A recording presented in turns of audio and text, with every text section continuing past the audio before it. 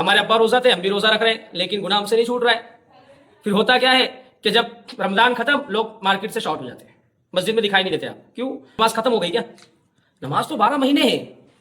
جس طریقے سے اسلام کا رکن ایک روزہ ہے، اس طریقے سے اسلام کا ایک رکن نماز بھی ہے۔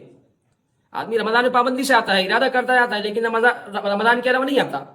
اس سے پتہ چلتا ہے کہ عادت تھی، جو باپ نے روزہ رکھی ہم نے بھی روزہ رکھ لی ہے۔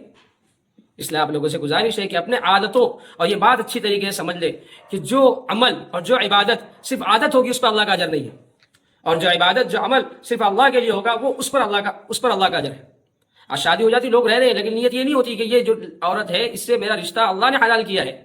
اب ایک عورت ہے جس کو دیکھنا حرام تھا، جس سے بات کرنا حرام تھا، جس کے پاس بیٹھنا حرام تھا، اللہ کے نام پہ رشتہ ہو گیا، نکاح ہو گیا، اب اس سے بات کرنا حلال ہو گیا۔ اس سے نہ بات کرنے پر اللہ نے گناہ لکھ دیا کہ جو بیوی اپنے خاوند کو خوش نہ رکھے وہ جہنمی ہے، اللہ کے نبی نے فرمایا۔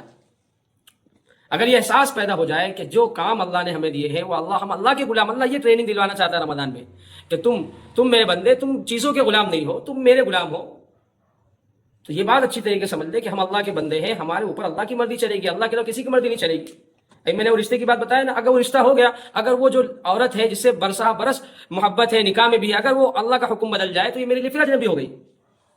اور کیسے سمجھایا جائے؟ اس لیے رمضان کو اللہ کے لیے گزارو، رمضان کی قدر کرو، نہیں تو رمضان آج آئے کل پھر چلا جائے گا، پھر اگلے سال رمضان آئے گا، اور کیا پتہ اگلے سال ہم رہے یا نہ رہے۔